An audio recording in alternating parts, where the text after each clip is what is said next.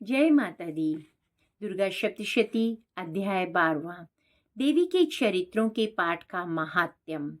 देवी बोली, हे देवताओं, जो पुरुष इन श्रोतों द्वारा एकाग्रचित होकर मेरी स्तुति करेगा, उसके संपूर्ण कष्टों को निसंदेह हर लूंगी। मधुकैटव के नाश, महिषासुर के वध और शुंभ तथा निशुंभ के वध की जो मनुष्य कथा कहेंगे, मेरे महात्म्य को अष्टमी, चतुर्दशी व नवमी के दिन एकाग्रचित होकर भक्ति चित पूर्वक सुनेंगे, उनमें कोई कभी पाप न रहेगा। पाप से उत्पन्न हुई विपत्ति भी उनको ना सताएगी। उनके घर में दरिद्रता ना होगी और ना उनको प्रियजनों का विषोह ही होगा। उनको किसी प्रकार का भय ना होगा। इसलिए प्रत्येक मनुष्य को भक्ति पूर्वक मेरे इस कल्याणकारक महात्म्य को सदा पढ़ना और सुनाना चाहिए। यह महात्म्य महामारी से उत्पन्न हुए संपूर्ण उपद्रवों को एवं 3 प्रकार के उत्पादों को शांत कर देता है। जिस घर में व मंदिर में या जिस स्थान पर मेरा यह श्रोत विधि पूर्वक पढ़ा जाता है, उस स्थान का मैं कभी त्याग नहीं करती और वहाँ सदा ही मेरा निवास रहता है। बलिदान, पूजा, होम, महोत्सवों में मेरा यह चरित्र उच्चारण करना तथा सुनाना चाहिए। ऐसा हवन या पूजन मनुष्य चाहे जानकर या अनजाने में या बिना किसी जाने, मैं उसे तुरंत ही ग्रहण कर लेती हूँ। और शरद काल में प्रत्येक वर्ष जो महापूजा की जाती है, उनमें मनुष्य भक्ति पूर्वक मेरा यह महात्म्य सुनकर सब विपत्तियों से छूट जाता है और धन धान्य तथा पुत्र आदि से संपन्न हो जाता है।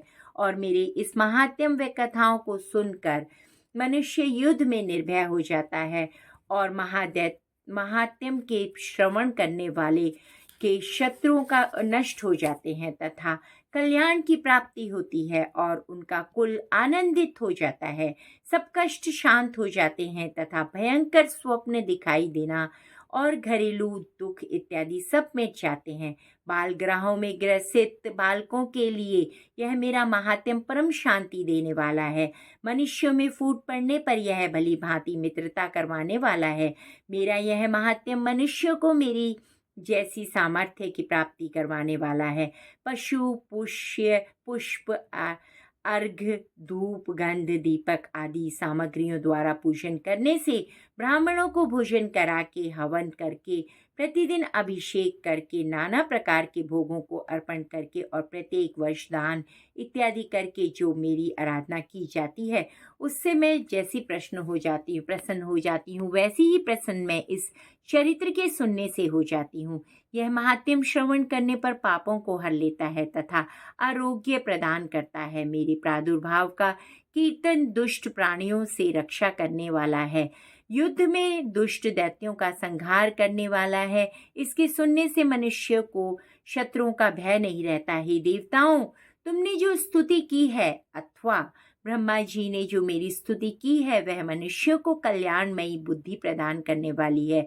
वन में सूने मार्ग में अथवा दानावनल में घिर जाने पर, वन में चोरों से घिरा हुआ या शत्रुओं द्वारा पकड़ा हुआ, जंगल में सिंहों से, व्याघ्रों से या जंगली हाथियों द्वारा पीछा किया हुआ, राजा के क्रुद्ध हो जाने पर, मारे जाने के भय से, समुद्र में नाव के डगमगाने पर, भयंकर युद्ध में फंसने पर, किसी भी प्रकार की पीड़ा से पीड़ित, घोर बाधाओं से दुखी हुआ मनुष्य मेरे इस चरित्र को स्मरण करने से संकट से मुक्त हो जाता है।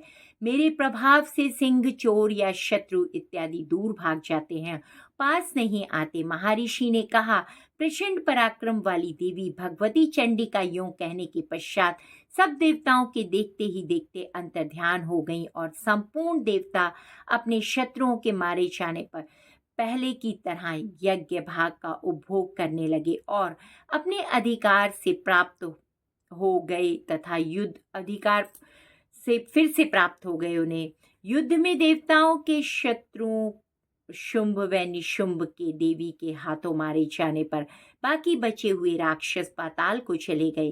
हे राजन, इस प्रकार भगवती अंबिका नित्य होती हुई बार बार प्रकट होकर इस जगत का पालन करती हैं, इसको मोहित करती हैं, जन्म देती हैं, प्रार्थना करने पर समृद्धि प्रदान करती हैं। हे राजन, भगवती ही महाप्रलय के समय महामारी का रूप धारण करती है और वही संपूर्ण ब्रह्मांड को में व्याप्त है, और वही भगवती समय समय पर महाकाली तथा महामारी का रूप धारण करती है और स्वयं अजन्मा होती हुई भी सृष्टि के रूप में प्रकट होती है। वह सनातनी देवी प्राणियों का पालन करती है और वही मनुष्य के आयुध्य के समय घर में लक्ष्मी का रूप बनकर स्थित हो जाती है तथा अभाव के समय दरिद्रता बनकर विनाश का कारण बन जाती है। पुष्प, धूप और गंध आदि से पूजन करके उसकी स्तुति करने से धन एवं पुत्र देती है और धर्म में